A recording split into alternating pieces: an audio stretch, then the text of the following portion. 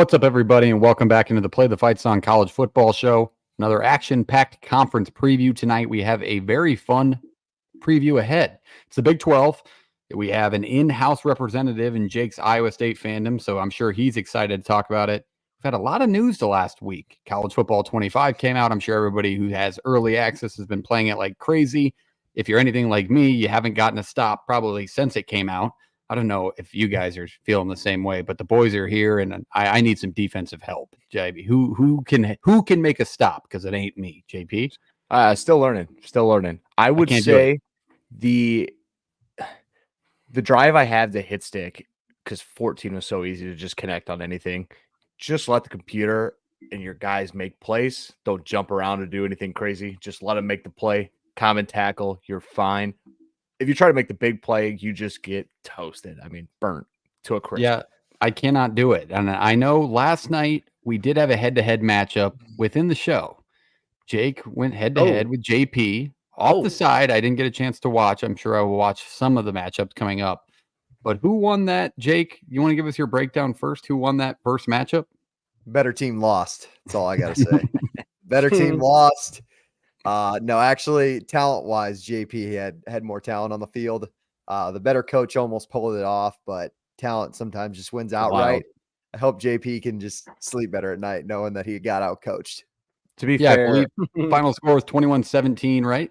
Yeah, we sustained drives. We just didn't end with points. We ended outside field goal range. Schaefer had opportunities for field goals, just missed 3 of them. So, like, what am I supposed to do? It is hard. It is hard. Drives. I threw 1 pick that should have been 6, just a little underthrown. It wasn't like he dog walked me and I forgot I took the points off that. I took the field goal. I didn't even go for it after I picked you off. He had the ball with the opportunity to run it out or put the game out of reach, and he didn't do it. So, like, I don't know what you want out of me. 2-minute drill with Grayson McCall and the Wolf Pack was unstoppable. So it's just sometimes guys are cut from the same cloth that I am, and other times they're cut like Jake, and they just can't win. They don't have the clutch gene. That's tough. I mean, I'm sure he'll get you back at some point. Has he ever beat you? That would be no. Not that we kept our 14 days during COVID pretty limited on the head-to-heads. He was already pretty upset with the dynasty. He claims I've never beat him. This is just undefeated. If you're competing in Controller's Throne, I know Jacob's winning that one. That's what I'm saying. I don't know. I'll give you a run for your money if defense continues to go the way it has. But Reese, you haven't gotten a chance to play it yet. What do you think from what you've seen? It looks like it. Like you guys are just saying, it looks hard, man. Like I'm not a guy who was very good at NCAA 14 either. So like I was the guy who just goes in line and mashes the A button and hopes my guys stay in coverage. And like I got to watch you guys play and like watch some guys streaming how they play it because I'm not the best at reading defenses or what to do on defense. So I think it looks interesting. I think from the outside looking in, like everything looks like the color schemes, the stadiums, like everything looks like it's well. Yeah, the presentation. That's the word I'm looking for. The presentation looks like it was done well. Obviously, they had how many years to do it, but it looks like it's a well-finished product that is just going to take some guys to get adjusted to for what it's worth. Yeah, I think that's pretty spot on. There are dudes I've played online. Some people are really good and they'll expose you for it, but you'll find, 50% shot, like 1 in every 2 guys you play. You can literally just go cover 1 man-to-man, 4-down lineman every single play on defense, and a dude just doesn't know how to make a read. Doesn't know how to do it. We're not disguising anything. We're just sitting in man. Same thing. Whole time. Doesn't find the open guy ever. I gotta, cut my teeth a little bit more before I jump online and play people because I just don't want to take L's. I want that record to be as pristine as possible. It's not as hard as you think it'd be. But I just don't up early, I want to get 6 or 7 wins in me before maybe I take my first L. I want to be out there, I know we're covering the Big 12, so we'll get to mention his name later, but I am Jeff Sims. Like, I kind of get it, what he went through last year. Like, I'm kind of in that headspace right now where, you got to give him some toughness grade ability in this game because holy cow, it's hard to bounce back from the amount of turnovers I think I played just in 2 days. But all right. We got a ton to get to. We're going to go team by team previews. Then we will go to players to watch, conference championship picks, hot takes, bold takes. And we got about an hour and a half to do so. And we have a ton of teams to cover. Before we get to that, let's talk No Rivals, shopnorivals.com. Teams dropping by the day. I know there are 2 Big Ten teams on the way, supposed to hit mid-August. One of them is very big news before the show. You can probably put it together who it is, but that will drop in mid-August. Go to shopnorivals.com today. Check if your team's there. If they're not, request them. Use the code PTFS when you check out for any hat you purchase for free shipping. Even if you buy 2 and you're over that $50 mark, still put in the code. Show the boys some love. Show us what you got when it arrives. So shout out to No Rivals, because there are 7 teams in the Big 12 that are live right now on No Rivals. So if you see the logo and the icon up here in this corner during the show, or this corner or whatever it is, one of them corners, it's available. Yeah, one of the corners, it's available. So go shop. No Rivals today. So shout out to our partners at No Rivals. We appreciate you. But let's get into it and let's do it. Let's start with Iowa State, Jake. The Iowa State Homer Show. The fan perspective will go deeper in later this year, probably just in a couple weeks here before football starts. But tell us about the Cyclones in 2024 and what we can expect as an outside fan. Yeah, I'm going to try and keep this as nationally based as I can. Great choice of the logo, by the way, on the overlay down there. Missed the tornado bird, but I don't want to get into all the weeds. We're going to basically preview all of that stuff throughout the month of August. We kind of already have this summer with the Iowa State fan perspective. Also subscribe. You'll find all of our good content here, Iowa, Nebraska, and Iowa State based. But let's talk about it a little bit. Iowa State, one of the biggest productive teams that is bringing back production in 2024. 19 of 22 starters comes back for this team this year.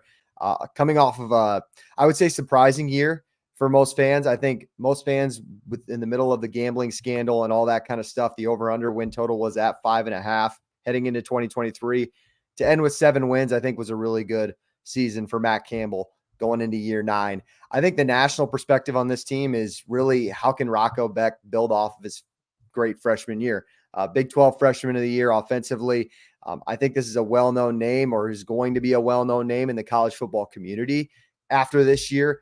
He's doing a lot of good stuff on and off the field, and I think Iowa State's really happy with where they have at their quarterback right now. Offensively, for the rest of the staff and the positions, an offensive change at the coordinator spot. Taylor Mauser gets promoted. He's going to be the new OC this year. Does he stick with the pass first, run second, kind of like Nate Scheelhaase did last year? I think so. I think they're going to replicate a lot of what 2024 had because it was so good. Jaden Higgins is going to be first team all Big 12 preseason wide receiver for you. I think this guy could have a really big year and maybe get in a third team All-American spot nationally if he really has the year he's supposed to. Defensively, we switch to the other side. What are we going to see with the John Haycock defense? It's going to be similar kind of every year, but some tea leaves were leaked at the Big 12 media days last week.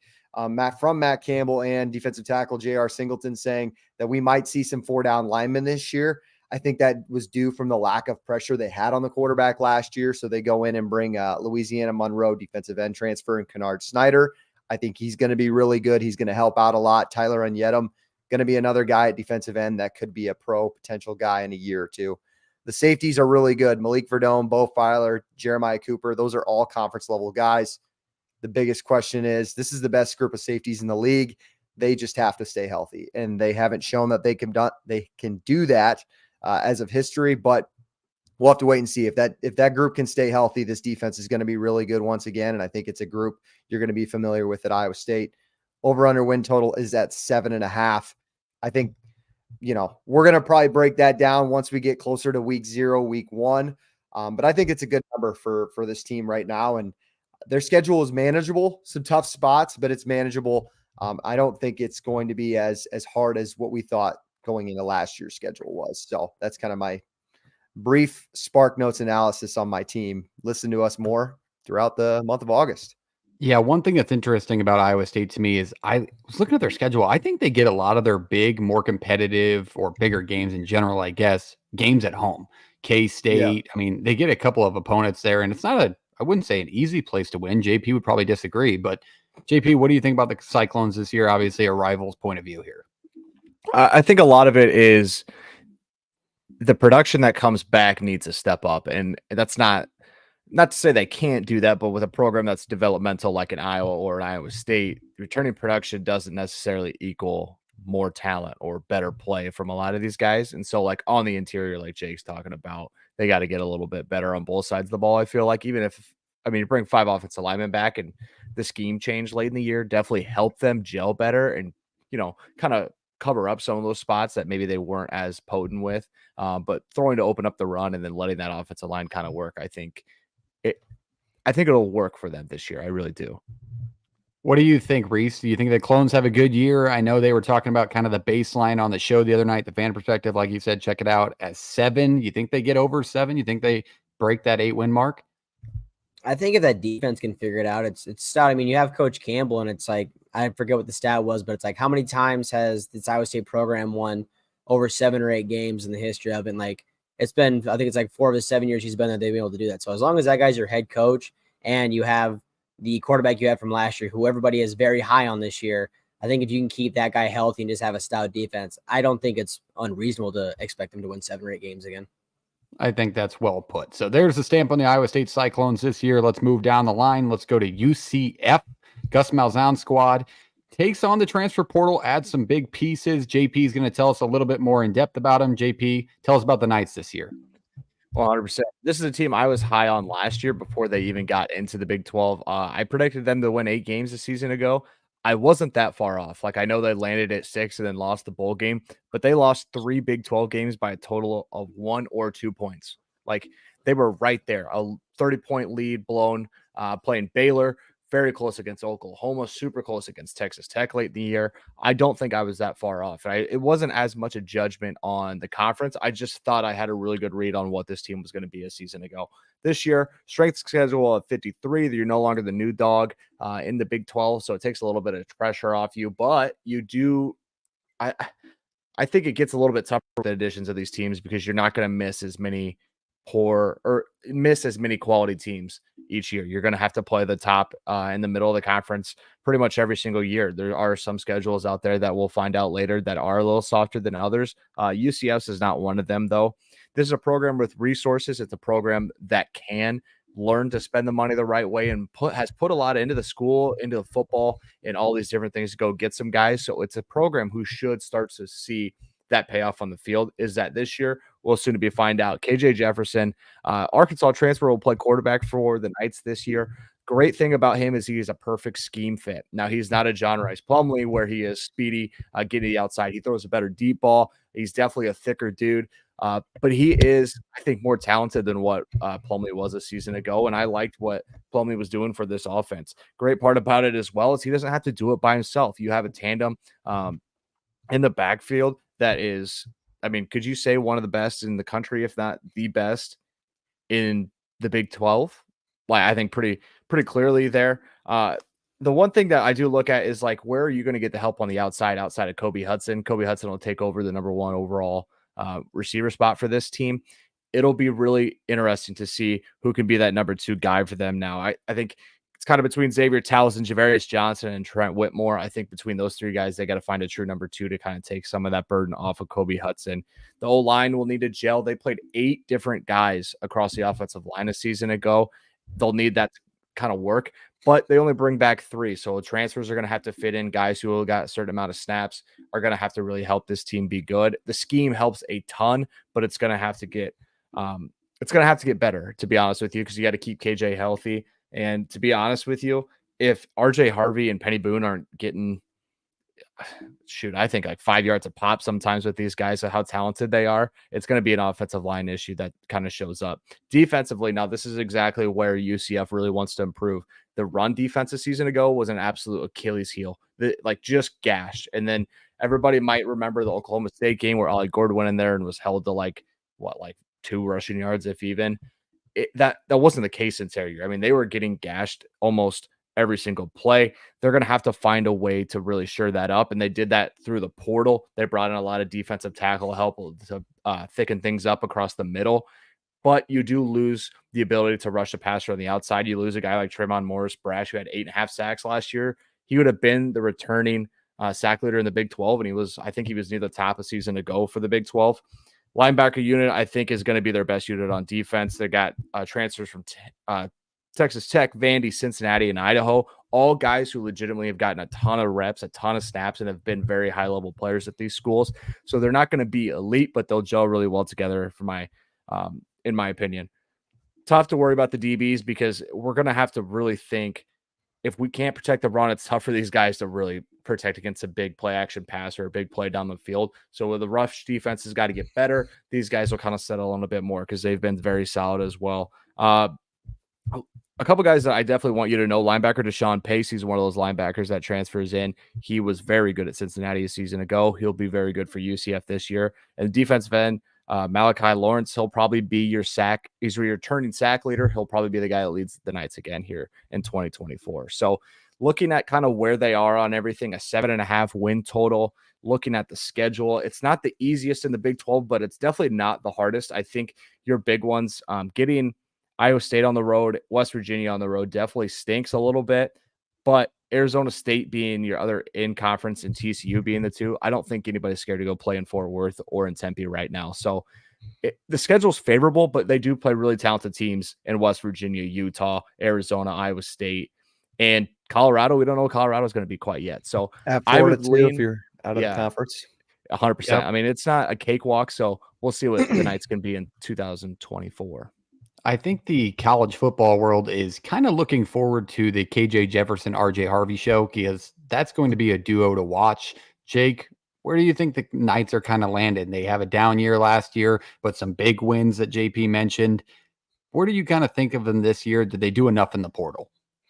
I think they did enough in the portal. At least they're taking chances. It's just a matter of, it's the portal. Are they going to hit the home run or not? And I think that's a wait and see. The defensive side of the ball, especially, they bring in the Barr kid from Vanderbilt and some other guys on the defensive line.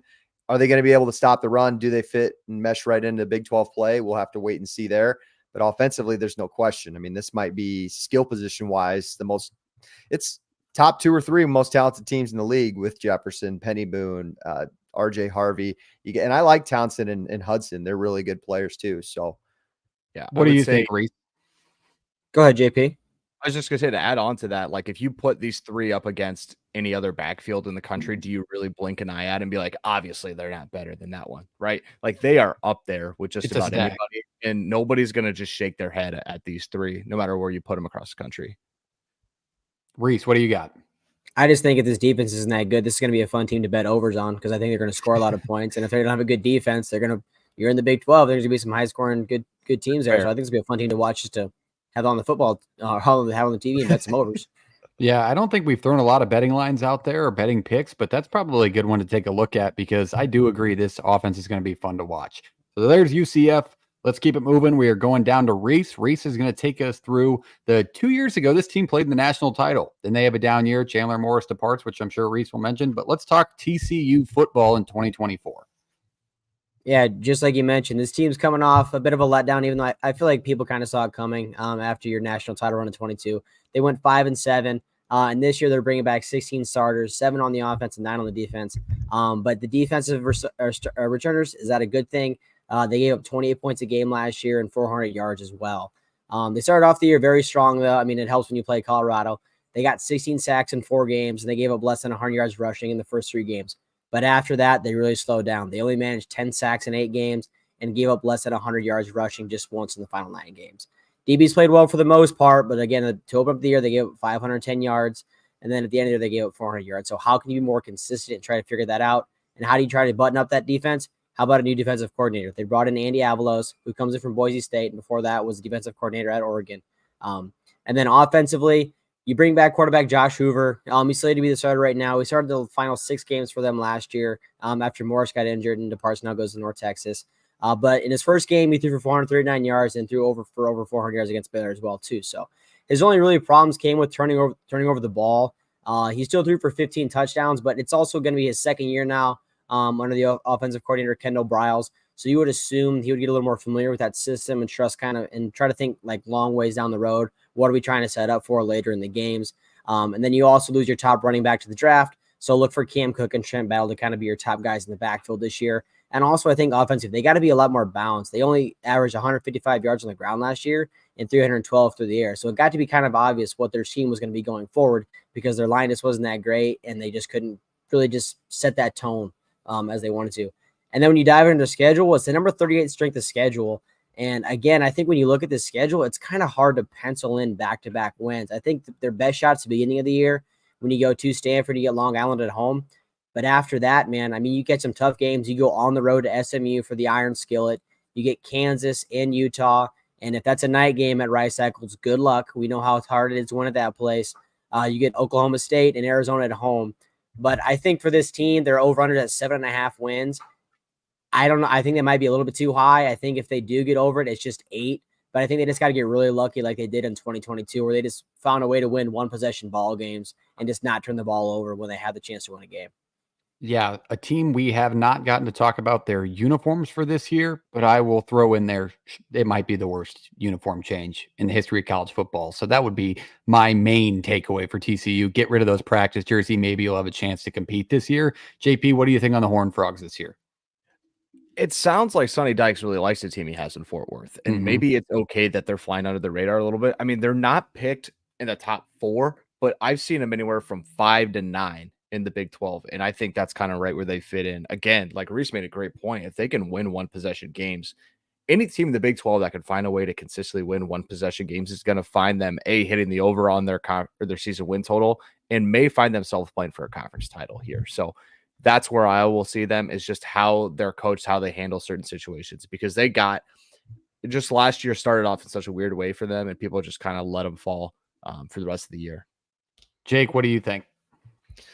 I'd be frank, I just don't really like this team. I mean, outside of like you have your bottom 3 or 4 teams, you have TCU, and then there's kind of the rest of the league. I just don't.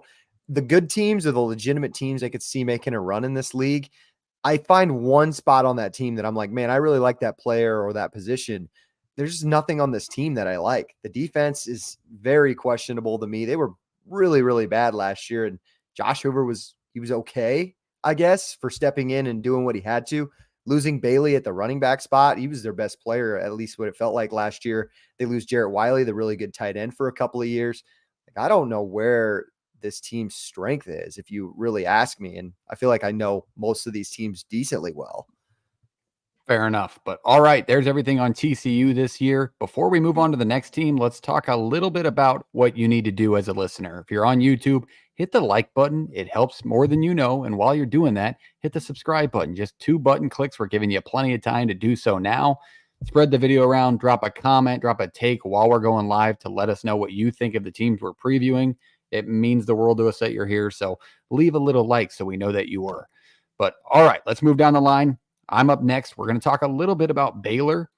Baylor's a team that I think the college football world can agree has a coach that his name is sitting on the hot seat for a good reason. It's a team that was competing for championships a few years ago, has kind of lost their way. And there was one spot last year where it really went downhill for them, and they ended up 3-9. Dave Aranda looks to replace a little bit of coaching mishaps is the best way to put it.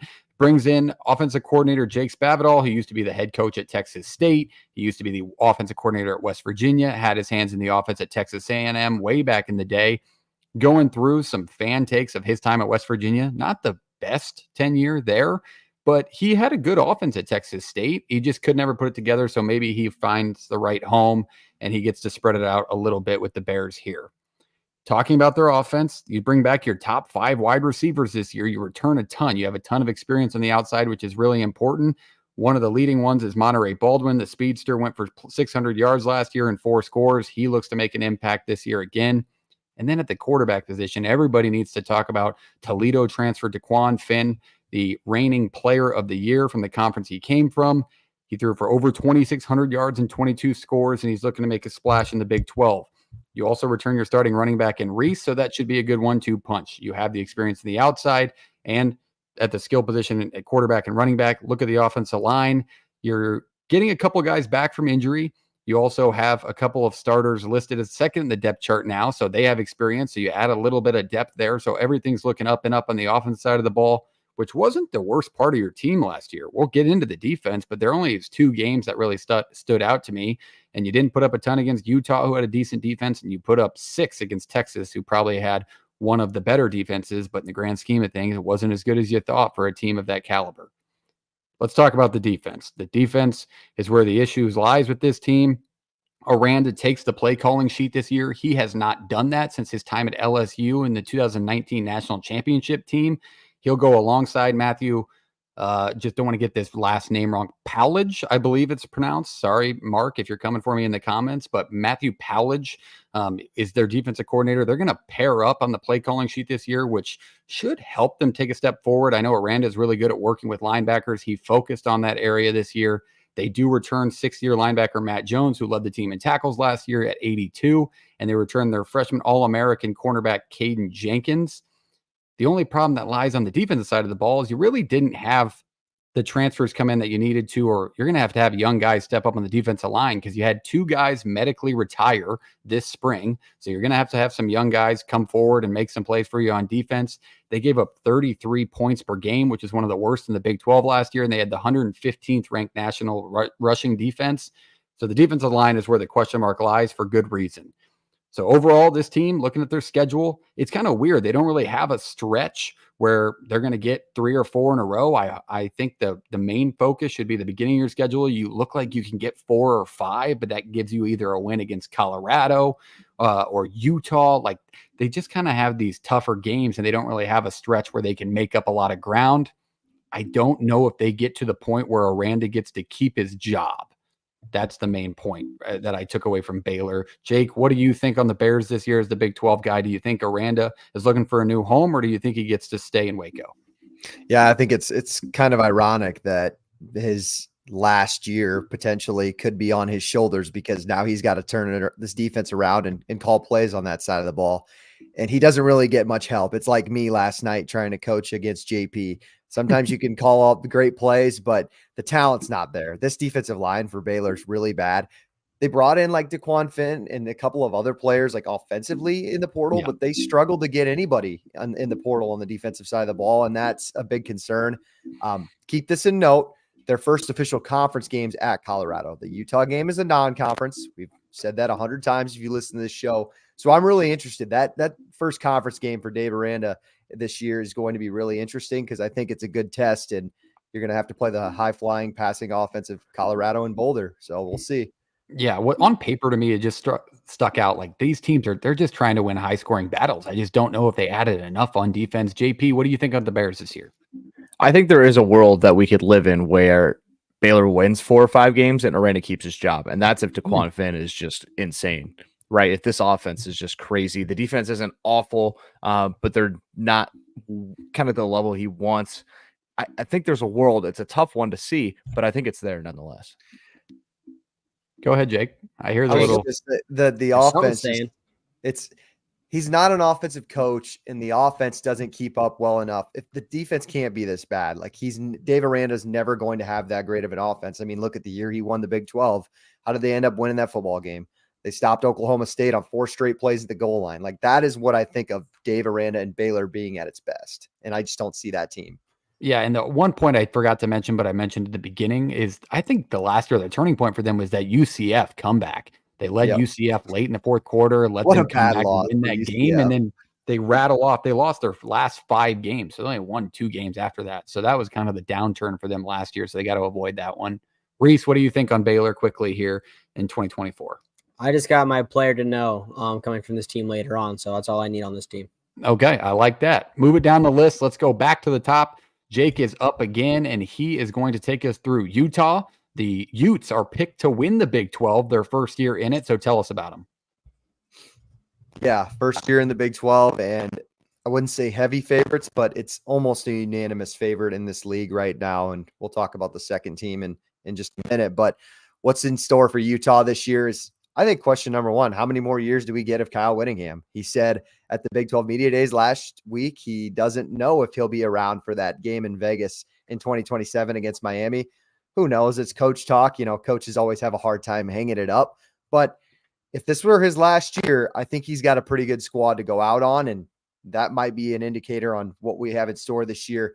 Well, we get back Cam Rising. We get back Brant Kuithe. Like, these are 2 guys we thought maybe were going to make an appearance last year, and the weeks just kept dragging on. And the talk is like, maybe they were just saving these guys now. That's the modern day of college football. Guys can stay for 7 years, get paid a little bit, and now they can put all their chips on the table when they're going into this new league where it's going to be very, very winnable for them.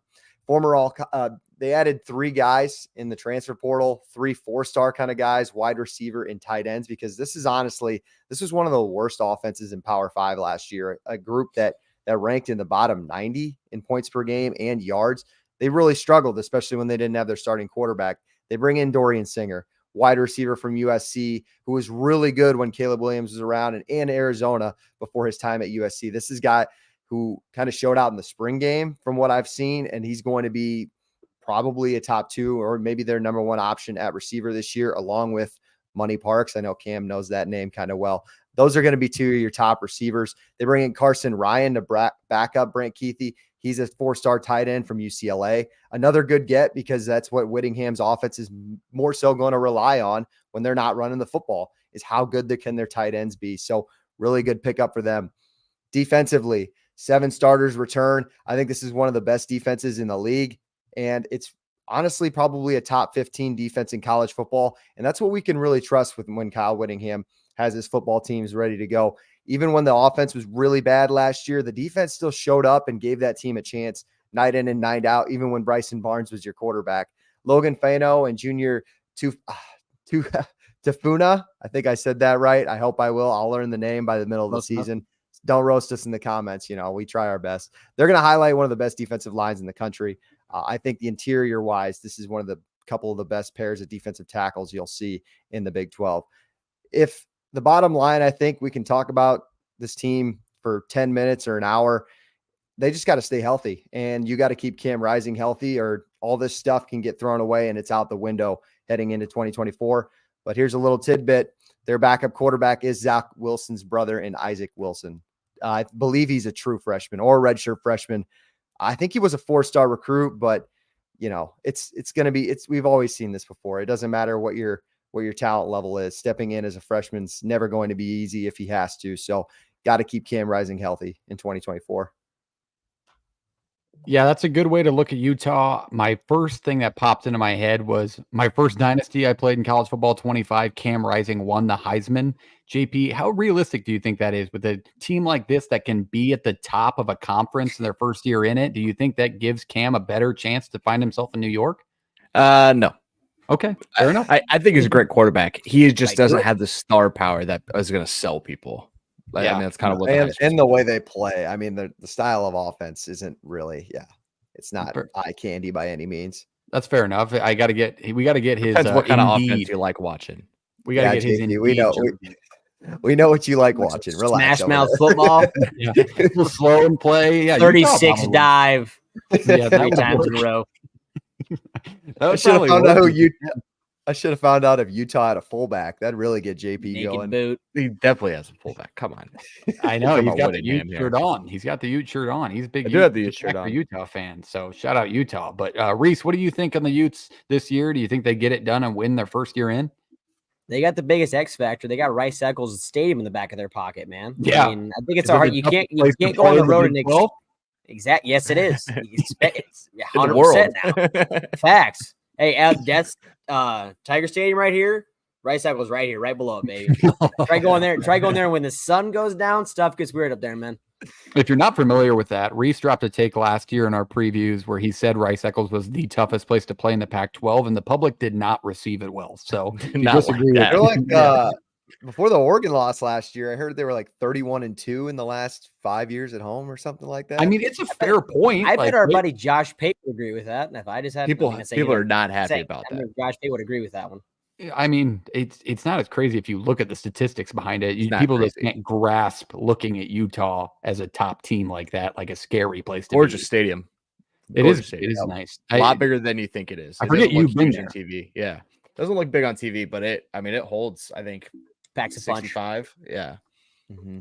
All right. There's Utah this year. Let's move down the line. We are going to talk a little bit about Oklahoma State. JP's taking us through the Pokes, one of my favorite brands in college football. And if you follow our uniform Twitter, you know I'm always posting about them. So talk to us about Oklahoma State this year. Shout out to Reese's Hat Shop, no rivals, but tell us about the Pokes. Yeah, I think this is a team that's going to get a lot of coverage, not just because of Mike Gundy's comments after the events that happened in Stillwater and then Big 12 Media Days, but just because they are highly touted and they are picked among the top 3 to win this conference. They also are a hot button topic because they have one of the best players in America playing running back for him, and Ollie Gordon. Here's my thing with this team going into this year. Your strength schedule is at 54. I think it's probably the easiest one in the Big 12. I mean, it's up there for sure. I think you could find one maybe that's a little bit easier, but not much at all, man. I'm gonna be honest with you. That's why a lot of teams people are so high on them, and they have a win total sitting right now at 8. Oklahoma State, this is a kind of a fun fact, a little tidbit that I got on it. They have 30 wins in the last 5 years in Big 12 play. That is now the most in Big 12 play in the last 5 years with the departure of Texas and Oklahoma. So that is kind of something to really look at and show you that Mike Gundy wins football games no matter what's kind of in front of him and how talented a team might be for him. This is probably America's best offensive line. They have the best running back in the country behind them. That is why they get a ton of shine. Now, who's going to be that second guy for Ollie Gordon when maybe he needs a couple of rests? I think there's some options here, and I like AJ Green, the Arkansas transfer. I think he'll be a great number 2 in this scheme. If we're going to run the football a lot, like Mike Gundy says that they're going to the next year, they're going to need more than one guy. Doesn't matter how good Ollie Gordon is. He's going to need a rest here or there. Again, Alan Bowman returns. I think the one thing with Bowman, though, is can you get him to stop turning it over? He's not going to be a game breaker. He's not going to change anything. He's not going to be insane. The one thing I do think here, though, is that when you look at Alan Bowman, is just manage it. Don't blow it. Like 15 touchdowns, 14 interceptions isn't going to do it this year. I think it's going to be a little bit tougher for him. If he does that again, they'll struggle in some spots. So let's get him to a point where he's not turning it over as much. I mean, he has 2 receivers on the outside, Brennan Presley and Rashad Owens, who are absolute dogs. I think that's skill position wise. This is probably one of the better teams in the Big 12 with what they have at receiver and at running back. So really look at Oklahoma State from afar. It's not the offense I'm worried about. Defensively, they gave up 28.6 points per game in 2023 and were just brutal against the pass. That's got to change because on their schedule, there are teams that can light you up through the year. 10 starters return. The experience, again, needs improvement. Experience doesn't mean your talent's coming back. It doesn't mean you're going to be better necessarily, but they need that out of them. So looking at this, Stillwater it is a tough place to play. I think it's unique in what they are and the paddle people, and it's got great support. And you wouldn't see that from the outside at the national perspective. I think people are shocked that this has such support on them. So looking kind of farther down, Nick Martin's going to be an absolute stud. He was first team All Big 12 a season ago. And then Kendall Daniels would be good. Linebacking core would be great. Get better at the defensive line, I think. Get better on the back end, and I will jump farther into this team. A couple guys to know, Cameron Epps a season ago played more safety. He'll play more linebacker this year. He'll be one of their better defenders. And then a new kicker, man. I mean, you bring in a new kicker. I think that last year they were a little bit worried about it. Logan Ward will be a new guy kicking field goals for the Pokes here in 2024. So schedule-wise, I know, Jake, you were kind of curious about it. Easiest schedule in the Big 12? Yeah, I don't know how they get lucky. I mean, last year they had a gift in back-to-back easy schedules. I don't know what Oklahoma State's doing to get favorable schedules, but I will say, looking at it while you were giving a great rundown, the conference play doesn't start off so easy. I mean, they have Utah at Kansas State and then West Virginia at home. So 3 of the top 7 teams in the league, you got to play right away. And that was what my rundown was on this team. And my comment is, you can't have the sluggish start you did last year. Ollie Gordon had, I think it was like less than 200 yards in the first 3 or 4 games. That can't happen right away. And you can't afford the sluggish start because you get South Dakota State to come into town, right? And you get Arkansas. So you're going to be tested, and it's not going to be as easy as you did last year with Central Arkansas and Arizona State. So they got to be, if this is going to be one of the best teams in the league, they got to get it from the jump, I think. If I'm going to trust any team in America, it's going to be the team that's coach consistently wins 10 games and nobody talks about. Like, I don't think people appreciate Mike Gundy enough, even though they drink probably 4 or 5 beers and drive 1,000 times. That 3 guy, or 4. Come on. We've done it 3 or 1,000 4. times. Sorry. 4. He goes, drink. He's only human. 3, 4 beers. I've done that about 1,000 times. It's like, come on, Mike. You can't say that on television. He goes, I probably drank mullet, 3 or 4 beers, but the running back got pulled over for a bottle of tequila and a bottle of vodka. They were both open. So was not 3 or 4 beers there, Mike. Yeah, he was drinking hard liquor there, Mike. Sorry about that. He's a man. He's fit. I can't believe Gundy's 56. But Reese, what do you think on the Pokes this year? You got him on their cap, shop no rivals. But what do you think on this team? Just touching this hat, great hat. I don't even know if they sell this style anymore. Go get it. They have one that says Pokes upside down now. Yes, Any Jacob. hockey analysis for us, Reese? Since you're I, wearing I, the haven't, I haven't watched this. You think I've watched a second of this OSU hockey team at some time? I mean, it's club hockey. Absolutely not. Yeah, I was gonna say It it's is. got to be club hockey. I mean, is. when it comes to this football team, I think the funny thing is you still got Alan Bowman here, who's in his 7th season. I mean, this guy just got to stay healthy and be able to hand the ball off to Ollie with this offensive line and just not turn over the ball, I think, and keep this offense on the field. Because if this offense is on the field, they're going to have a way. They're going to find ways to win ball games because that defense, I think, will sure up. So he's got to find ways to keep that offense on the field and not commit turnovers. All right, there are the Pokes. Let's move down the line. Let's go to the most covered team in America probably at this time. Clickbait, rage bait, whatever you want to go with. Let's talk Buffs football in 2024. The prime Buffaloes. Let's talk Colorado. Reese is taking us through them. Go ahead. I was about to just say, if this isn't America's favorite team and you guys haven't heard enough about them, don't worry. We're about to cover them for you guys again. And when you're going to talk about this team, let's talk about, the preseason second team where your quarterback, the leader, Shedeur Sanders. And I know everybody loves to kind of crap on this team and this guy, but this dude put up ridiculous stats last year. I mean, he threw for 3,230 yards, 27 touchdowns, and 3 interceptions. And this is the guy who probably had one of the worst offensive lines, if not the worst offensive line in the country. They give up 59 sacks, 56, and they average 69 rush yards a game. If you have a quarterback who's able to do that kind of stuff with that bad of a line, I can't imagine what he's going to be like this year when he does have a productive line where they went in the portal and got some guys. They hit the portal, like I mentioned before. They got some transfers. Tyler Johnson coming in from Houston, Khalil Benson from Indiana, and Justin Mayers from UTEP. They also got a new offensive line coach as well, too. So that's the big thing, too, is they knew what their issue was. They went out and got guys to fix it. But, again, what's Coach Prime and this program actually going to be about this year? If they're just bringing in guys or they bringing in the right guys? It's quality over quantity, in my opinion. And then also, in Colorado fashion as well, they bring in guys. They also lose guys. They lost their running back and Dylan Edwards, their number 2 and their number 3 backs as well. So what they did replace, they brought in an Ohio State guy, Dallin Hayden. And on the outside, they bring back Jimmy Horn and Travis Hunter. And they also bring in Florida Atlantic's number 1 receiver and LeJonte Wester. And they bring in Vandy's number 1 receiver and Will Shepard. Well, the offense was the shine of this team, and I think they're going to be again for this year. The biggest thing they're going to do is figure out this defense as well. They get 450 yards a game last year and 35 points a game. You're getting up 7 touchdowns a game. It's really hard to have a winning record when your defense is giving up that many points. They only gave up less than 4 touchdowns in 4 of those games as well. And then when you dive into their schedule, they didn't really give themselves the best layups, I think, when you come to their non-conference. You get North Dakota State to come into town. You go on the road to Nebraska, who's, I think, going to be an improved team this year. And then also when you dive into their conference schedule as well, they didn't really catch an easy draw, man. I mean, they catch a lot of the tough teams. They catch Central Florida, Kansas State, Arizona, Tech, Kansas, and Oklahoma State. And I mean, I just don't know. I think if you find a way in that stretch to go 3-3, I think that's a huge this team. I think non-conference, they can maybe get 2 or 3. But if you can find a way to go 500 in conference this year, I think with that conference schedule you got, I think it's a huge win for this team. Are they going to do it? I don't know. They do have probably one of the top 5 quarterbacks in college football. I'll stamp that. I think Shedeur is that good.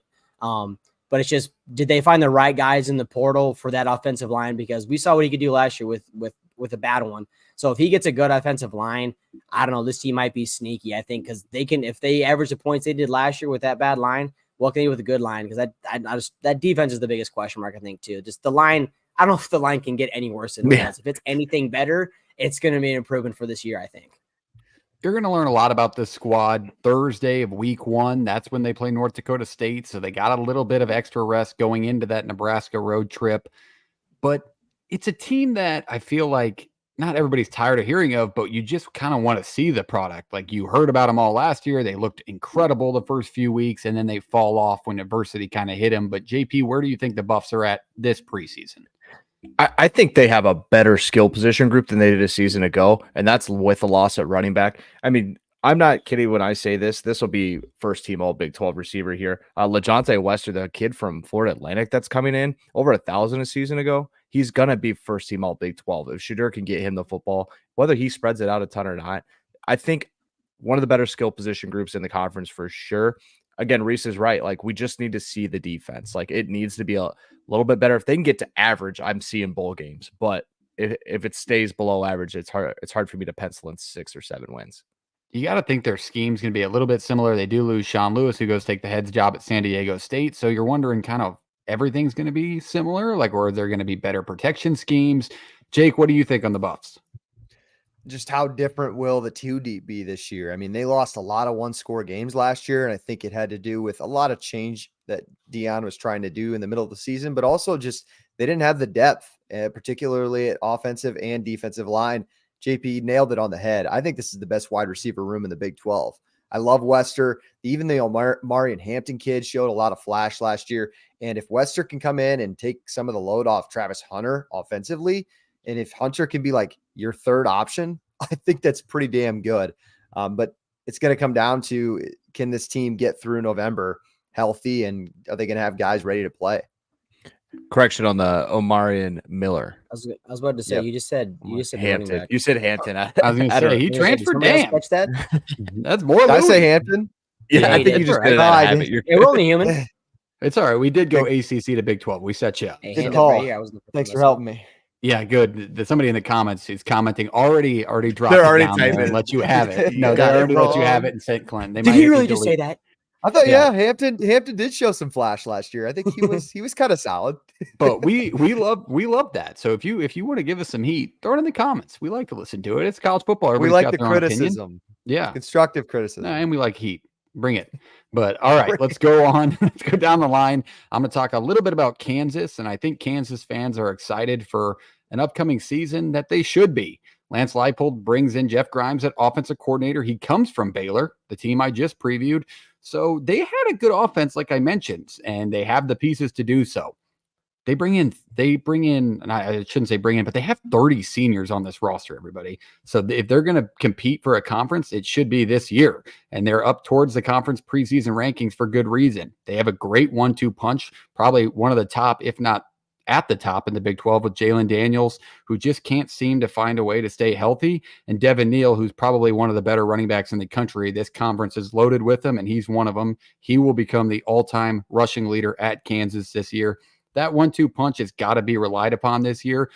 However, you do have to put emphasis on keeping Jalen Daniels healthy. He's got injured the past 2 seasons. Jason Bean stepped in and kept that offense relevant. You don't really have that safety blanket anymore. You got a true freshman behind Daniels, so it's imperative to keep him healthy, which I think everybody can agree with.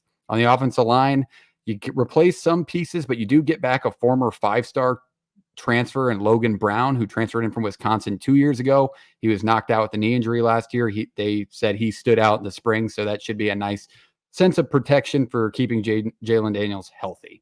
Looking at the outside, you you retain 2 big pieces in Lawrence Arnold and Luke Grimm. Those are good Big 12 receivers with a lot of experience, and I think they'll be the main targets for Daniels, but he does have some young talent as well. That's the offense side of the ball, and it's going to be the main focus for this team because the defense has some question marks around it and got beat a few times last year, but they competed throughout the season. They just had a couple of weird losses. They had the loss to Texas Tech, that 16-13, so they just had weeks that they didn't show up. With the experience now, I really think Leipold's got this squad dialed in to better sustain themselves through a year. But on that defensive side, you have probably the best combo defensive back in the conference in Kobe Bryant and Mello Dotson. These are 2 of the top defensive backs out there right now, both going to find themselves playing in the league one day. But the defensive line is questionable.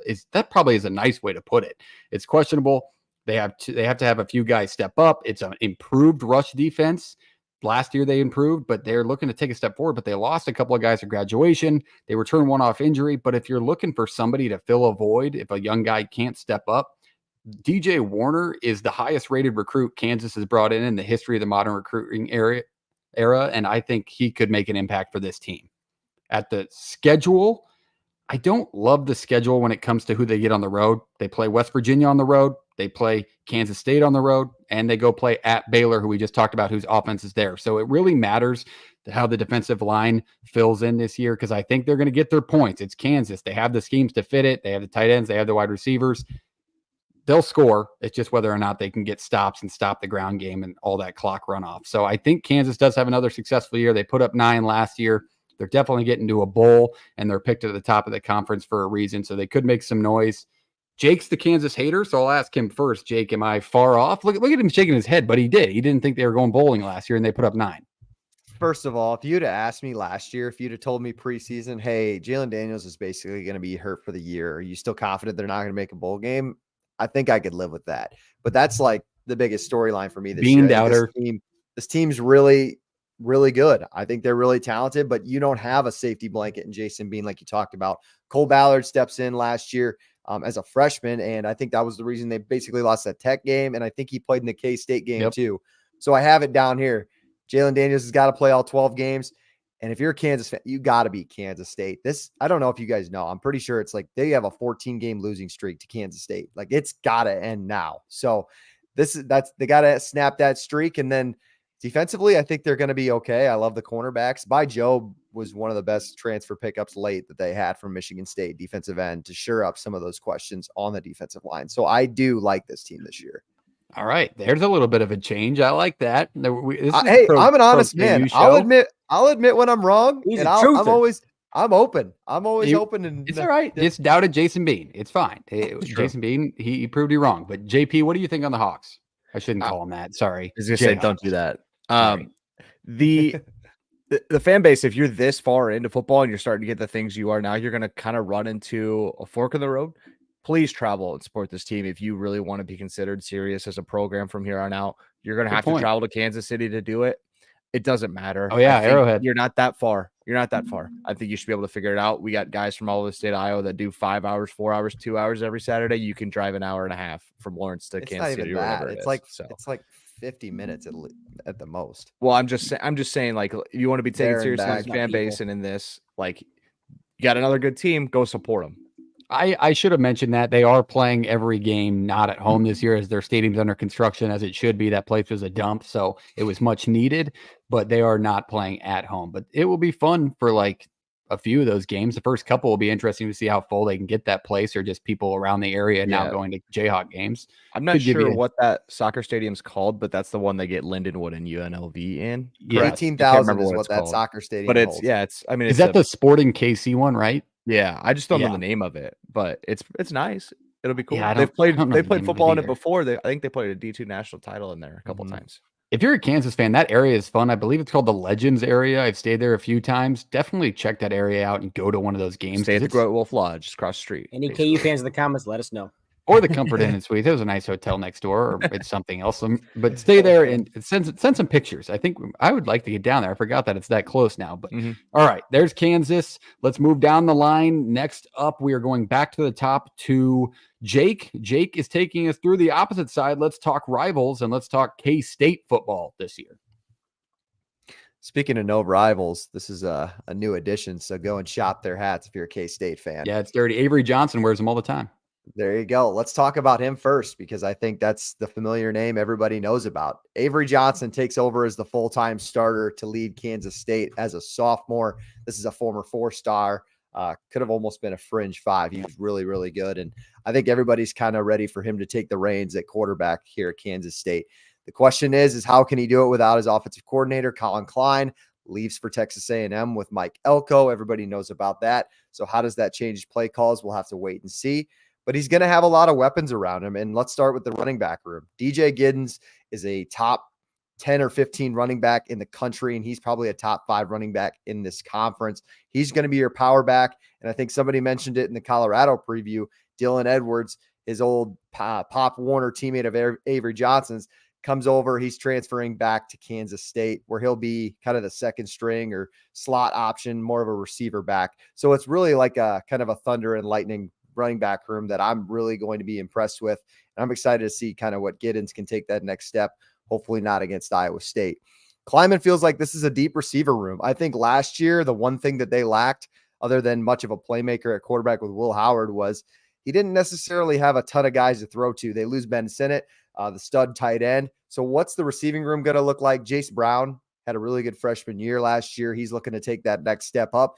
And you Big Ten guys might know this name. Dante Cephas was a guy who came over from Kent State, and he was supposed to be a big get for that Penn State program last year. He was like, Penn State's finally got the receivers to take that next step. He just didn't really fit in that room. He didn't really have the right fit. So he goes over to Kansas State and tries to turn that receiver room around. he's going to be the X factor for the receivers. Really excited to see what he has in store. I think when you look at the defensive side of the ball, it's nothing crazy. I think when you know a Chris Klieman team, they're going to take care of the football and they're going to be rock solid on defense. Much like Iowa State, it is more of a kind of in-house talent-wise. They really have to recruit in-state and kind of develop there. Defensively, they're always going to be really solid, but I like the secondary. Jacob Parrish, VJ Payne, Marquise Siegel. Like, these are all guys that are going to be really good from top to bottom. There are a lot of good corners and safeties in this league, but overall, from top to bottom, I think that's going to be a really impressive group. It's just a matter of, can everybody else take their part? So this is the second place or second pick to win the Big 12, and I think rightfully so. They have a playmaker at quarterback, absolute stud running back that fits their head coach's system really well, and I think the defense is going to be what you can expect in normal years. So if they can all stay the same, I think this team's got a good shot of playing in another Big 12 title. Reese, I'll go to you first. You've been kind of quiet down there. I haven't gotten around to you, but what do you think on the Cats this year? Do you think Avery Johnson gets it done, the young stud? Yeah, I think he's the X factor. I mean, it is hard losing your offensive coordinator and kind of getting into a new system, I think, for your first year, especially when you are taking over the reins for that entire offense. But like, I think you have the right guys around him. You do have Giddens in the backfield. So what better way to help a new quarterback than to have a solid guy you can hand the ball off to on first and second downs all the time. So I think this K-State team will be just fine. You look at their schedule. It's obvious why they're kind of at the top end of this conference. And I'm really excited to watch this team this year, I think. All right. I like that. JP, let's talk to you about, they go on the road and play Tulane in week 2, as mentioned. Do you think that's going to be a better game than people realize? I think it will. It's going to be your first road game, and then it's not an easy one. Like Ole Miss had gotten a battle a season ago. Like, I think Tulane, again, we covered them in the American, but they are a better team than people see right now. Mm-hmm. And so it's going to be a tough one for me. It's a no-name bunch defense that just makes plays. It's kind of how the program's built. It's kind of how they handle things. If the shine stays on the offense and the defense just continually is good every single week, it's going to do a lot for this team to take a lot off that quarterback's shoulders. All right, there's Kansas State this year. Let's move down the line. We got another big team that is just entering the conference. It probably would have been, I don't want to say they lost steam because they lost their head coach, but let's talk Arizona. JP is going to take us through the Cats' first year in the Big 12. JP, tell us about them. Yeah, this is a team I think is getting a lot of hype. Other than Utah coming into the conference this year, there's reasons for it. And when you got a guy playing quarterback like Noah Fafita, and then now I slowed this down. It's still not perfect. To Totoro and McMillan. I was going to say Totoro. Yeah, I'm not rolling my Totoro R and like McMillan. Just say McMillan. Anyway, yep, I'm going to clip this. Ready, go. Noah Fafita and McMillan are seriously one of the best quarterback receiver duos in the conference. I think you could put them out there with Shadur and whoever turns out to be his number one. I say KJ and his guys. Like, this is one of the better receiving duos in the Big 12. It'll be a ton of fun to watch this offense continue to work. Now, I think the Jed Fish leaving for Washington, I think they might have gotten a better coach out of it. And Brennan, I think coming from San Jose State, there's a lot of things that are similar in how they'll have to do things. It's going to be more of a developmental program, but it's a lot easier to get kids to come play for you in Tucson, Arizona at the University of Arizona than it is in San Jose State. So it's going to be very interesting to see how it all gels together. They're going to need a feature back, though, to really help out this offense. There was a couple guys there. Ja'Cory Croxy Merritt is an option. He's a New Mexico transfer, ran for over 1,000 on a bad Lobos team a season ago. I think he'll be your main option there. Where does the number 2 pass catcher come from? McMillan is good, right? Lamonius Craig, though, Malachi Riley. Or to me, I think it's going to be the tight end, Kenyon Barrett. I think he is going to be one of the better tight ends in the conference as well. Continually working through this team, though, they just kind of, with the portal, I think they just plugged guys in some spots, right? Like, get a guy that'll help us this year and we'll worry about it a year later. It's not built with star power. It's not built with guys who are above average or anything. These are just some average guys that have gotten through the portal, and that's the defensive kind of what they decided to do on defense and how they've gone through everything. The strength will be the back 7, 4 DBs return, and the 2 really good linebackers. Jacob Manu was first team all Pac-12 last year, and Trade Stokes was honorable mention. Those are your 2 linebackers. Front 4's got to get better or we're going to get eaten up on the ground. And for Arizona to kind of take that leap and get over the win total of 8, it's got to be a much better front on the offensive line, on the defensive line, and you've got to find a number 2 option other than McMillan this year. So just quickly, like looking at this schedule, if you're looking at Arizona, it's tough to say it's not favorable, but I do think that there are some holes in the schedule that I think they will get shocked with just changing to Big 12 play here in 2024. I don't know how you guys have them read, but a lot of people like them as a dark horse in the conference. I think I needed a little better ads in the portal. I needed less guys to leave. I needed this team to stay a little bit more together than it already did. Like, you keep Fifita and you keep McMillan on campus, that's huge, but I needed a couple more pops in the portal for this team to be really a dark horse in the Big 12.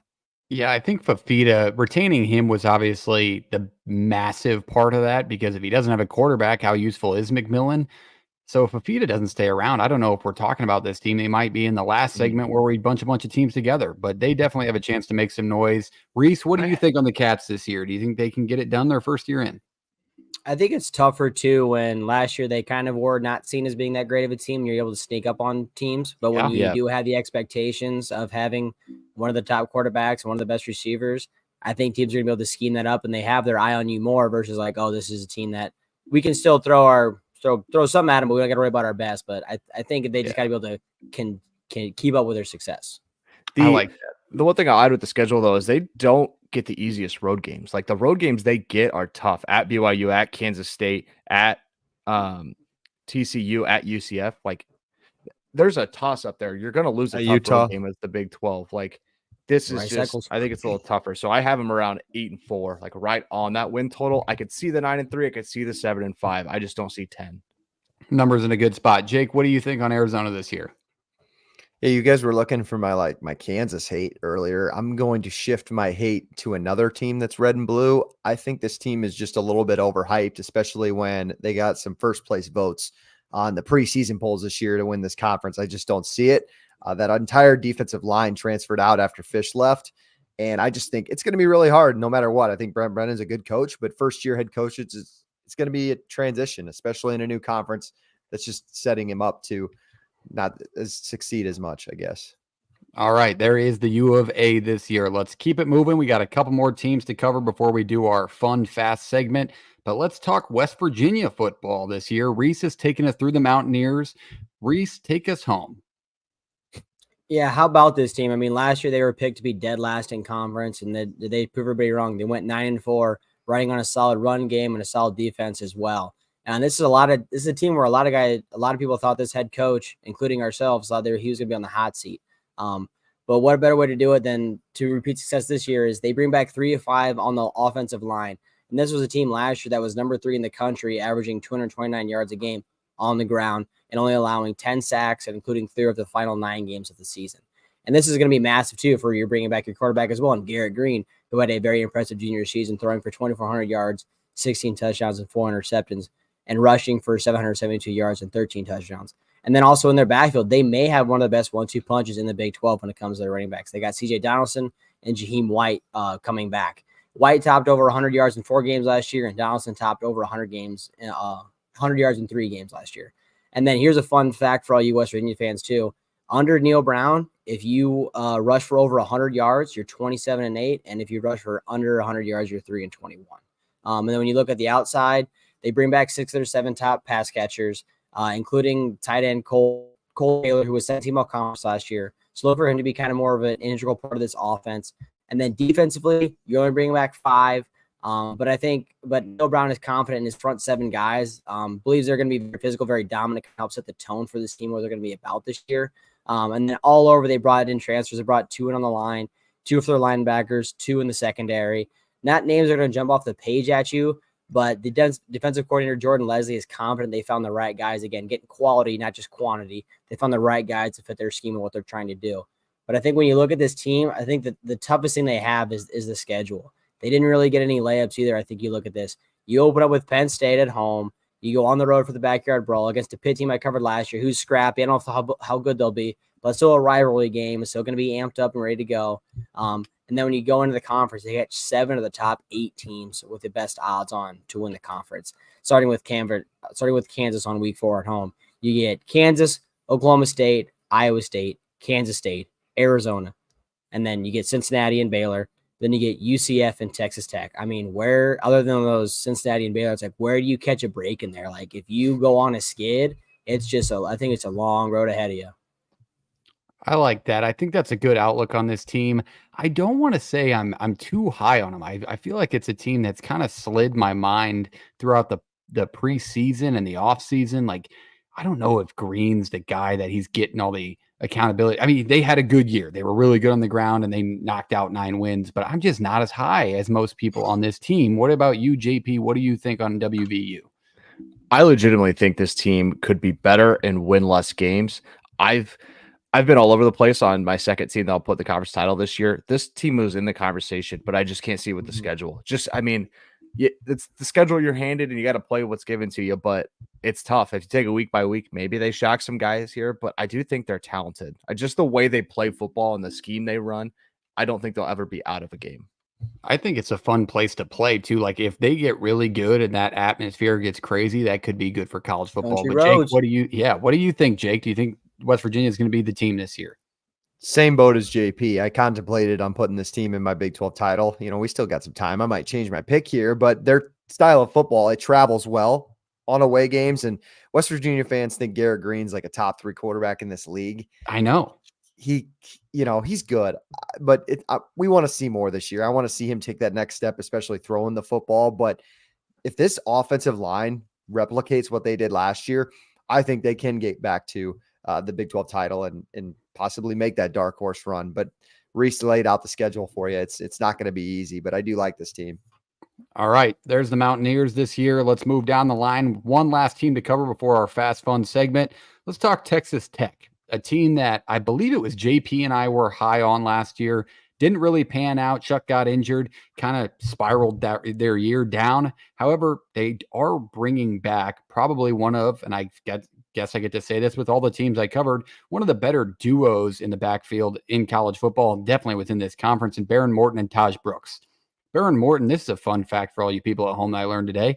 He was the highest rated quarterback recruit Texas Tech's ever brought in. And yes, that includes Patrick Mahomes. So Morton, who maybe hasn't reached his full potential, has an opportunity to do so this year as the starter and looks to do it with a really good running back there in Taj Brooks.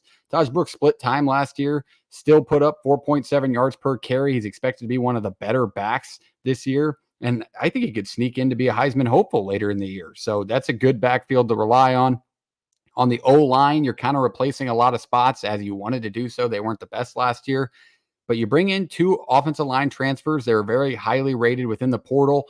One from Toledo, where you get your offensive line coach, your new coach. He brings in Vinny Scurvy, who will be a good offensive lineman for them. And then from Memphis, you bring on Davion Carter.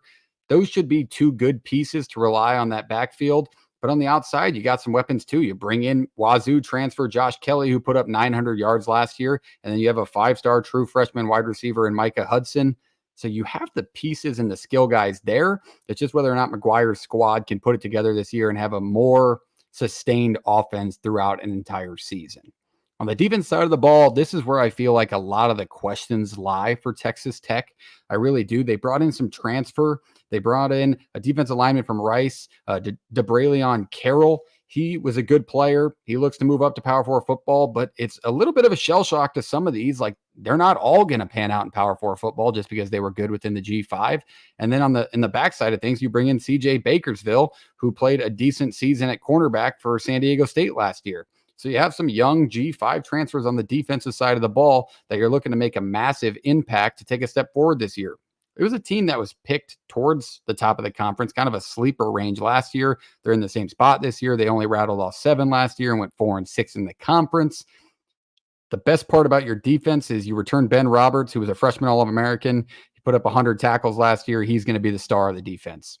In the grand scheme of things, you got to look at their schedule, which I don't love. You draw Washington State on the road. You draw Arizona. You go play in what am I trying to say? Stillwater. Thank you, JP, for your hat. Shout out No Rivals. And at Iowa State, which is not an easy place to win. I'll give you the credit where it's deserved, Jake. Late in the year, that's a tough place to play, man. That place can get rowdy. So I don't like their road schedule. I think that's where this team falls down.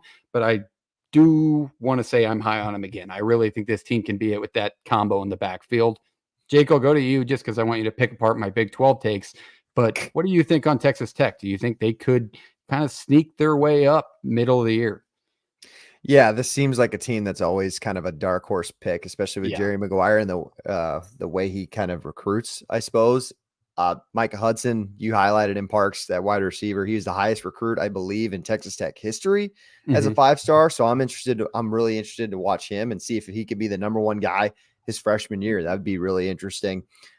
Otherwise, I think you highlighted it on the defense. Got a lot of questions, and that was a group that struggled last year. Baron Morton wise, I think I heard a stat today, or it was like Texas Tech hasn't had their starting quarterback play a full season since 2017. So can you keep Baron Morton healthy? I think he even got hurt. He even got hurt at one point last year after going in for shucks. So, I mean, man, you got to keep him upright before we talk wins and losses with this group, because you can throw that out the door too if that doesn't happen.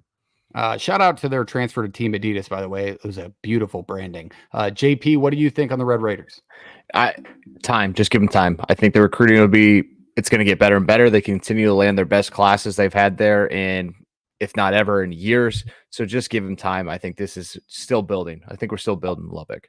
I also want to say, sorry, I didn't mean to cut you off there. I just kind of wanted to, if anybody heard me say, I think I said Jerry Maguire, not the movie. I was going to say, you definitely said Jerry Maguire. Joey Maguire. We are going to let it go. I thought show him the money. Mike would not have let that go. Mike would not have let that go. But talking about Texas Tech quickly, I think not a lot of people think about that, but they have a good chance this year to cement themselves as the Texas staple of the Big 12. Obviously, you have Baylor, you have Houston, but like this should be the bigger brand, and the money, like you can be the Texas brand now in the Big 12, and they need to take that role this year. Reese, what do you think on the Red Raiders before we get to our fast segment? To quote my buddy Jordan, I just think they're pretty mid. I just don't know what jumps off the page here this year. I think with this team, I think they're just going to be around. They can play spoilers. It's Texas Tech, where they're not going to be complete dirt. I think they're just kind of going to hang around. They can play spoiler, maybe beat some of those top teams just kind of randomly throughout the year, whether that be at home or on the road. Okay, there it is. There is majority of the Big 12. We have 4 teams remaining to cover, and we're going to do it just like last week. If it's your first time here, we're going to cover 4 teams in 4 minutes, a minute apiece. Last week, we went 20 seconds over, so hopefully we make it this year. We are going to lead it off with, we're going to go Jake. Everybody has one, correct? Just to correct. Yes, one, just one. Okay, so we're going to go Jake, JP, Reese, myself, and then we will be done with the fast 4. These teams are not obviously picked at the top of the conference, and we want to talk to you about the grand scheme of the conference after that. So we are going to give you the most information in as little as time possible here.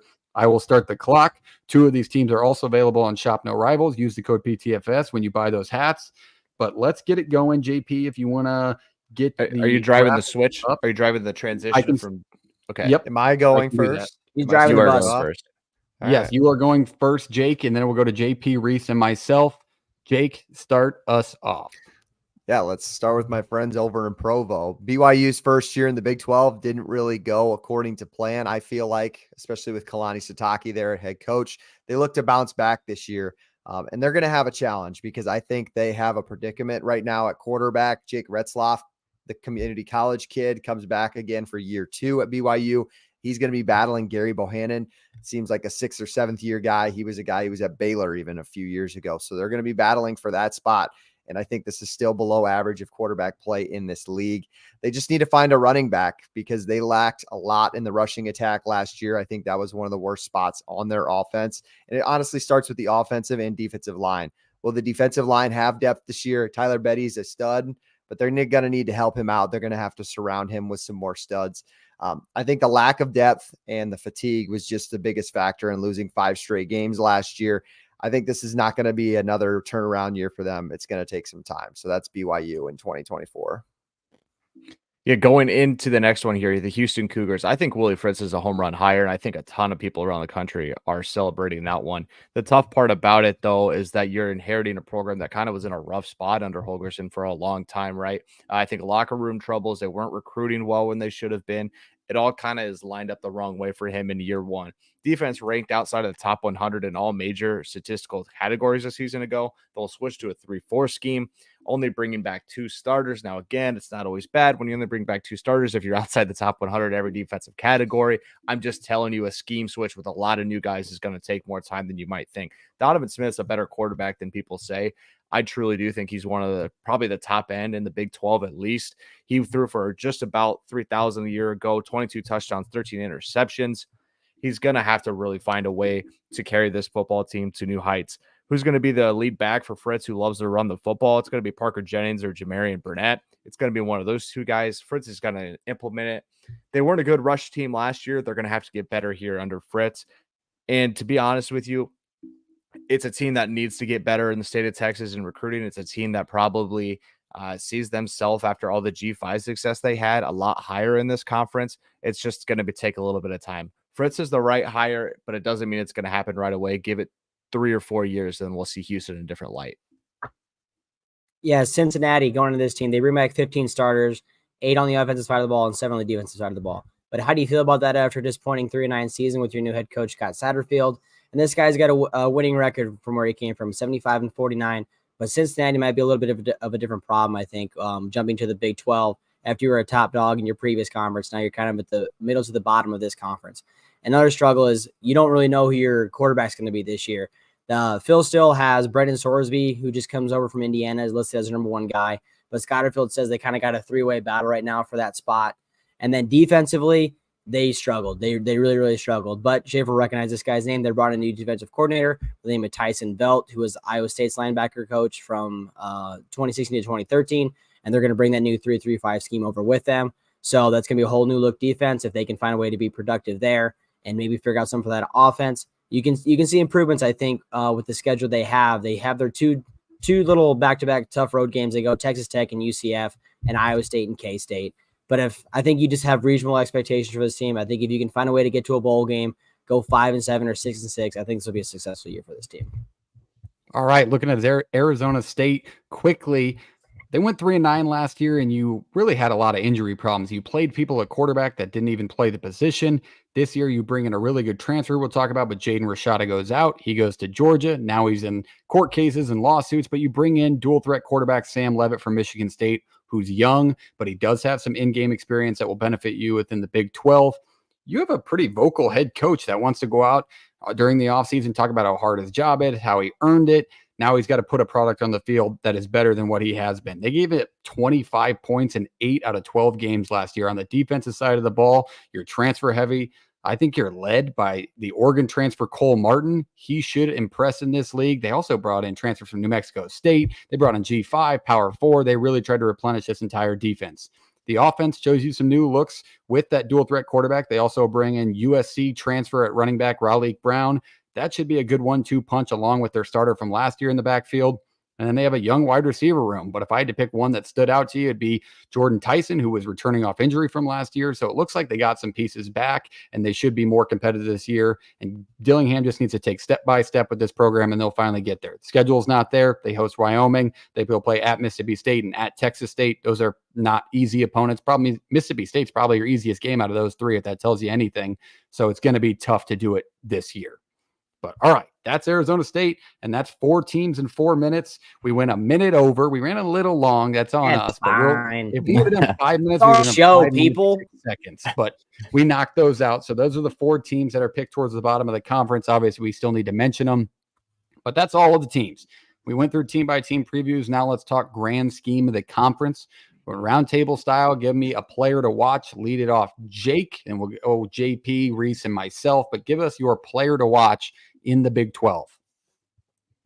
Yeah, I'm going to go RJ Harvey at running back for UCF. Original. Really thought hard about that one. Okay, I didn't know where Raise over here. I thought that was the whole point. I thought we were going heads up, Shave. Well, I was going to get to that because I think that this is a go guy. ahead. I just think if you could name me 3 running backs in the Big 12, if I pulled a random stranger who knows some college football, I'm not sure if they put Harvey on that list. You got Giddens, you got Brooks, you got Ollie Gordon. I can name 100 more, but RJ Harvey is a guy who could possibly take that number 1 spot as the best running back in the league if the opportunity comes. So I think that's a name we got to know. And I think he's going to be really important in this offense, especially with helping out KJ Jefferson. I think KJ Jefferson's success and his revitalization in his success at Arkansas is really dependent on that running back room, and in particular, the number one back in RJ Harvey. I really like that one. I think RJ Harvey's a fine pick. I would agree. It's a conference loaded with running backs, and I think RJ Harvey kind of slips under the rug every now and then. So I like that pick. JP, who is your player to watch? Yeah, we're going to go with defensive tackle West Virginia, Troy transfer, TJ Jackson. Neil Brown continues to find ways to make sure that the interior offensive and defensive line are solid. This guy is a perfect fit for that. 27 tackles and 7 TFLs a season ago. He's going to be a run stopper. He's going to be a threat in the middle of that defense that hopefully West Virginia can work through a tough schedule and find their way to 7-8 wins. Reese. Give me the duo out west. Give me Shedeur Sanders and Travis Hunter. I'm kidding, guys. I'm kidding. Calm down. Jesus. You think people don't know who those guys are by now? One's on the cover of NCAA football. All right, whatever. Anyway, I'm going to go with whoever talked about that. Parks talked about Baylor before. I'm going with DeQuan Finn, the transfer coming in from Toledo. He had a lot of success over there. You had 2,000 yards and 20 touchdowns in back-to-back years. And it's an interesting year. You talk about the coach being on the hot seat and kind of his focus being on that defense. But JB talked about it before. If this team does have 5 or 6 wins, it's because this guy's going to light the world on fire. And I think he can find a way to have success in this conference. All right. I like that one. I'm going to go back to the defensive side of the ball and join JP. But I feel like in this conference, we talk about a lot of questionable defenses and a lot of questionable secondaries outside of Kansas. But Jake, I'm going to give you a little love here. Shout out to Jeremiah Cooper. This is a really good safety. Iowa State brings back 27 solo tackles last year and 5 picks. He looks to take a step forward. He's going to be an all-conference guy in the secondary for the Clones. And I think he's a player that you need to learn and you're going to hear about on Saturdays this fall. So that is my player to watch within the Big 12. There are the players. Let's move down into the grand scheme of the conference and let's talk conference championship game pick and prediction. Who do you got in it and who do you got winning it? Jake, tell us who wins the Big 12 this year. Yeah, I think you could put an asterisk by both of these teams because if both of their quarterbacks get hurt, neither one of them are making this title. But I got Kansas versus Utah. That may come as a surprise to you, Parks. He's all in, baby. I love that. I am all in on this football team. I think the defense is going to take another step. They got to get better on the rush defense, and if they can improve that, I think top to bottom, this team is pretty damn good. But like I said before, Jalen Daniels got to stay healthy. They can't rely on a backup quarterback and still make a conference title this year. Same thing for Utah. Either one of those guys get hurt, they're relying on freshmen the rest of the way. So stay healthy, and I'll get my pick right. I'll pick Utah to win it, though. I think that this is it's going to be the toughest place to play for any opponent. Iowa State's got to travel there in November. And defensively, I think this is probably the best defense in the league. All right, Utah to pick to win the Big 12 from the Big 12 guy himself. JP, is he right, or do you have a different take? I have a different team in there. I do have Utah. That's solidified for me. That was from the start when they joined this conference. I thought they were the most talented team in the conference. I've had 4 different teams in this second slot, and I'm still not happy with it. So with the lightest pencil you could possibly write with, I'll take Kansas State. I just don't love. Wow, original. Yeah, I know. I want experienced quarterback. Got him, I want good defense. So I don't know. I didn't want to put Oklahoma State in. I didn't want to put. I didn't trust the quarterback play enough. I thought about putting West Virginia. I thought the schedule was too tough for him. I had Iowa State in there. I don't know how big the jump is, and I don't think they're catching anyone by surprise, even if the media says that they are. And so, like, I've had 4 different teams in here. I'll just take the team I think is overall the second best, and it's boring, and I don't agree with it, and it probably won't be my final pick, but I'll do Utah, Kansas State. Utah is your Big 12 title. I'm just trusting that, Kansas can snap a 14-game losing streak. No pressure or anything. I'm just hoping that they'll finally get it right this year and win the Sunflower Showdown. I don't love it. I don't love it. You got 30 seniors at Kansas, so you got to hope that they're really itching to get that one. Bought in. Reese, who do you got in the Big 12 championship, and who do you have winning it? We might all have Utah. I have Utah in there, but I got Oklahoma State. It's kind of chalk. It's hard to see like your 1 and 2 go in there, I think. But Oklahoma State bringing back 19 guys. You get that schedule. And you talk about quarterbacks being healthy. If Cam Rising stays healthy, they're going to get in there. But I think with Oklahoma State, even if you bring in Shaky Hands as your backup, you still have the best offensive line in the country, and you have Ollie Gordon to hand the ball He's off gone. to. Yeah, I know he's gone. I know he's gone. Gone. But I'm just saying. But if you bring in a guy like that who's just nervous as shit, you can hand the ball off to Ollie Gordon. You have that offensive line. You can find a way to still have a good game plan, I feel like, as well, too. I think Oklahoma State, that defense will be solid, too. Plus, you play K-State and Utah during the year, too. So they're going to play two of the harder games in the entire conference. So I think they'll be a little more tested, too. And then give me Oklahoma State to win it. All right. Okay, there's a little bit of a different take, and I'm going to join you. I'm going to take Oklahoma State over Utah, but I think Gundy just finally gets his. I think people are not paying enough attention, and I got to see it firsthand, and I talked about him in our preview last year as a true freshman. But Zane Flores is a really good backup option behind Bowman. I really think this dude can sling it, and he can step up. He's got some game experience now from last year. He's a very good quarterback. He was one of the best quarterbacks in the state of Nebraska, and I was pretty mad I think he's the all-time passing leader in high school football in Nebraska, to be honest with you, and at Gretna High School in Omaha. But dude, that's a really good second option. You have the best offense line in the Big 12. You have the best running back in the country. I think it's enough this year for Gundy, who's one of the better coaches actively out there, to win this conference this year. And I'm going to stay true to the Big 12. I'm not letting a new member come in and win the damn conference. So give me Oklahoma State to win it this year. That's a good call. Oklahoma State and Utah, out of all of our predictions, is the only matchup that will be played during the regular season. So something to note as well. All right, there it is. There's the Big 12 as a conference. Let's talk hot takes. Let's talk bold takes. If you got them, we got a few minutes to spare. Does anybody have a bold take? If I had one, I was going to say Colorado doesn't get bowl eligible again. JP, what do you think? On your take, or if I have one? Because you can give me a little thought, and then you can give me yours. I think they get bowl eligible personally. I don't know if that schedule's there. I think UCF is scarier than people think. I'm going to double down on this. I was at their season ago. I think I was right on the money outside of some weird spots where they lost games they shouldn't have. I think UCF's a legitimate terror for some people. If the defense can get to an average point and really shore up the run defense, this team's legit going to have a shot at 10 wins. So watch out for UCF here in 2024. People don't want to hear that. I think that's a fan base a lot of people hate on social media. Doesn't matter. They're talented. I like that. Reese, what do you got? You got any bold takes or hot takes? Trying to think of one off the top of my head. I mean, I think it'd be hard for this team to get this conference to get, I think, two teams into the college football playoff at the end of the year. I think you're going to get your title when you're in there, but this team is known for just kind of eating itself alive. Whoever they get in that second spot, I just don't know if they're going to have the fewest amount of loss. I think they're going to have 2 or 3, and I think if you're going to be putting up against, you know how big the SEC is and how the Big Ten is getting to be. I just don't know if they're going to have an easy time getting 2 teams in. All right. Maybe save the best for last. Bold takes, hot takes from the Big 12 man. Well, okay. So bold take number 1 is it's going to be Ollie Gordon doesn't win Offensive Player of the Year. I guess I don't know. That's such a hard award to win. I guess I don't know how bold that really is, but in the conference or in the country? Because he's going to win the Heisman?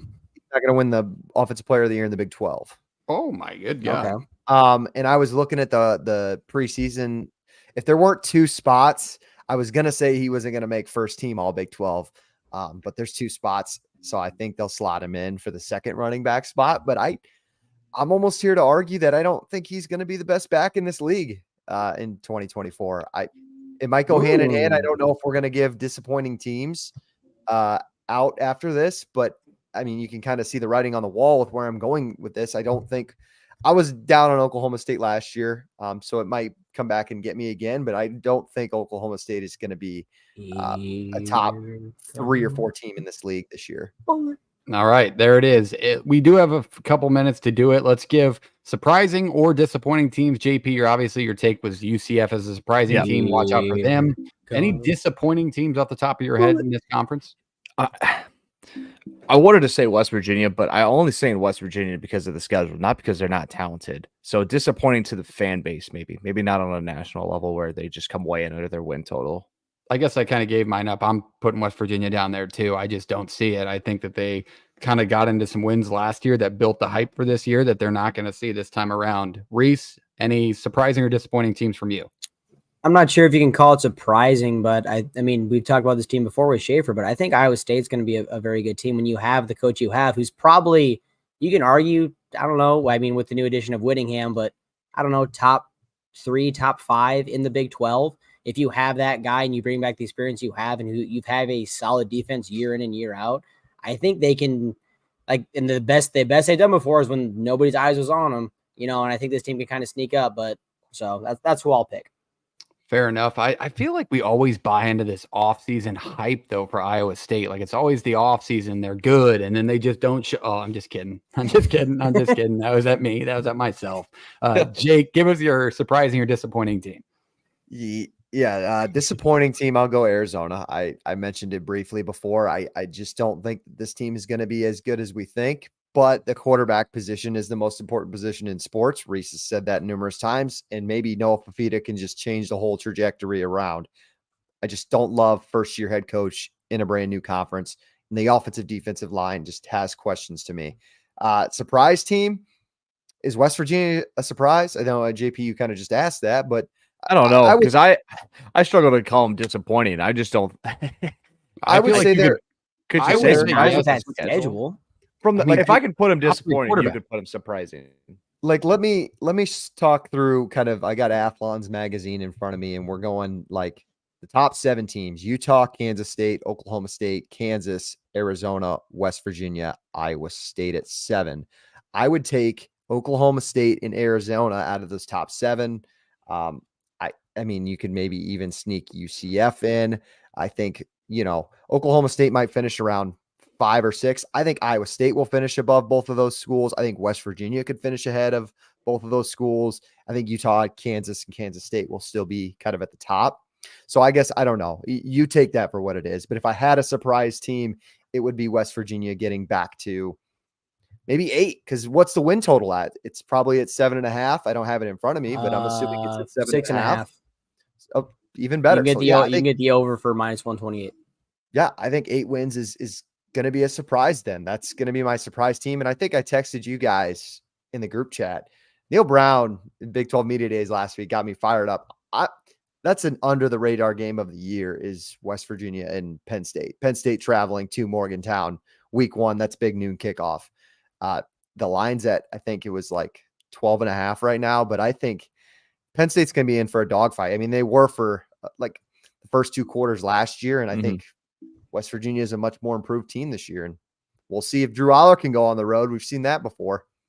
All right, there it is. That's the entire Big 12. We took you through team-by-team previews. We took you through players to watch. We gave you a hot take, bold take, and our conference championship pick and prediction for 2024.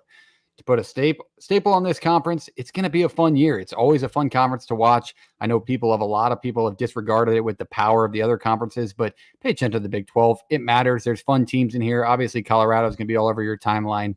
And 7 of these teams are on Shop No Rivals. So shopnorivals.com today. Pick up a hat. Use the code PTFS.